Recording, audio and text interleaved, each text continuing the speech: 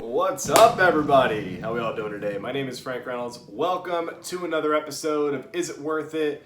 Where I review books across all genres and let you know which are worth your time. Today, I really want to talk about one of the latest blockbuster releases in Hollywood. That, of course, is Venom, There Be Carnage, or lack thereof.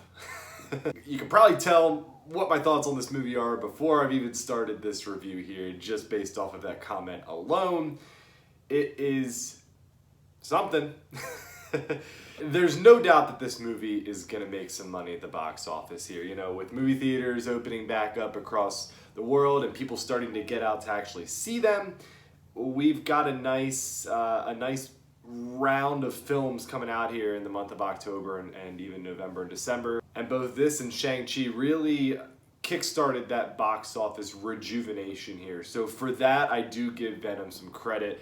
It is a really timely release in trying to get, a mainstream audience back in those seats. It does succeed in some areas, particularly in the way it attempts to portray Venom as a character rather than a part of Eddie Brock. It fails in really developing anyone else in this film.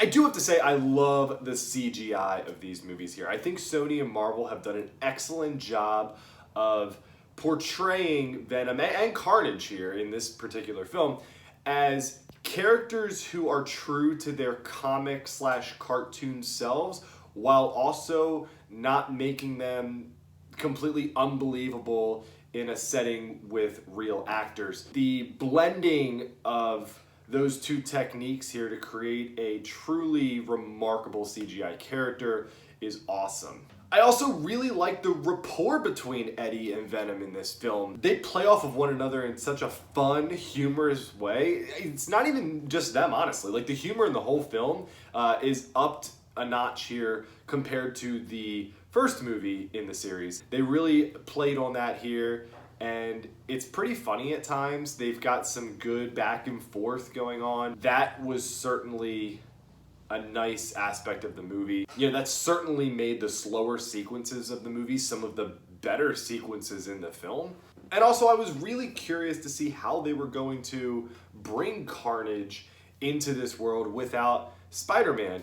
And they do it in a way that makes sense mostly here. There's not a lot of backstory, and there's not a lot of explanation behind how it happens, but it's shown in a way that doesn't allow audiences to necessarily harp on that aspect. They do it fine. It's Carnage is brought into the world in a realistic way. If these movies were realistic. It's creative. I would say it's a creative way to bring him in. And it's one of the only creative things about the movie, outside of maybe some of the banter between Brock and Venom. I said that the movie does a great job of making Venom its own character, and a poor job of really developing anybody else. And that is just because this film is way too short. It is so short. It's like Sony and Marvel gave Andy Serkis, director, a huge actor, plays Gollum, Snoke in big films, all that kind of stuff, Planet of the Apes.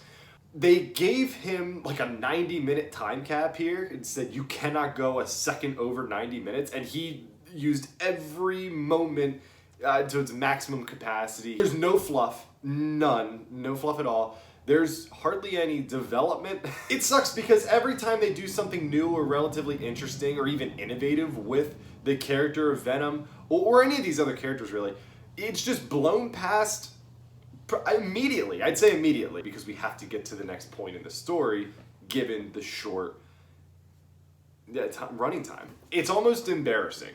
That's the only way I can put it. Like, there's little to no exposition here for any of our new characters especially. The plot points are extremely forced. The twists that come in this story, they're extremely anticlimactic and do not work. They're not believable at all, given how we have nothing substantial to build those twists on. They don't even make much sense. We just kind of roll our eyes at them. I actually physically rolled my eyes in the movie theater a couple of times. Even the action sequences are too short. I've never fully invested in these action sequences because they are just, it's moving at a breakneck speed and just not in a good way at all. There's also nothing special happening in these action sequences here. We've seen all of this before. It's not like prior Sony Marvel collaborations, you know, with the other Spider-Man movies of old, or even just like Marvel movies that aren't in the MCU, like take X-Men, for example. It's not like any of those where we get some really innovative choreography and a stylistic approach. It's just the same stuff we've seen, particularly in the last movie here. I thought they would be able to do something really cool with Carnage coming into play. And they just don't. They don't. A lot of that's hampered by the fact that this is a PG-13 film. And I said, you know, let there be carnage, not much of, all that stuff. And it's just shocking how little carnage there actually is. This is a tame PG-13 movie. It's not even like pushing the boundaries here of a rated R film. Comic book fans will see that and be extremely disappointed with the fact that Marvel chose, or Sony, whoever made the decision, chose to cater to their mainstream audience rather than daring for something new, kind of like Deadpool did and succeeded at. They had an opportunity. There's sequences in this film that could have used that opportunity well, and it fails because it chose not to. Gotta touch on the acting as well. This is partially because of the writing. It's really fast, and therefore there's a lot of telling instead of showing through dialogue in order for us to make sense of these characters, again, particularly the newer ones. And that includes Carnage and Shriek, our antagonists in this film. Cletus Kasady is a horribly written character here. I can't put it any other way. And Woody Harrelson does a really poor job of portraying him. He's a fantastic actor. He's been incredible in so many other series and films throughout his career, and this is just not one of them. There is not one thing that is believable about his character. It's overacted, it's overdone. Shriek is just as bad, if not worse. I can't imagine people are going to enjoy his performance as a crazy man here, because nothing about it is real. There's nothing about it that I bought into and believed at any point in the story. Again, I'm not going to 100% put that on him. I think a lot of it has to do with the writing.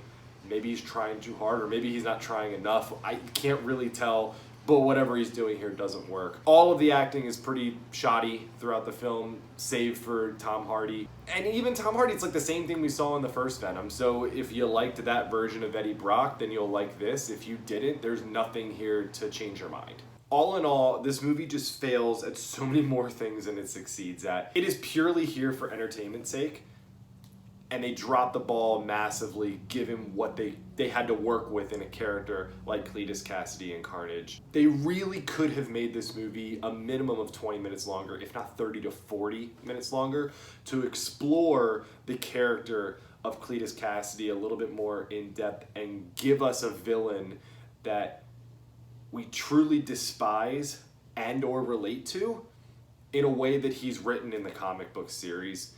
It's not done here. The direction's disappointing. The writing is atrocious.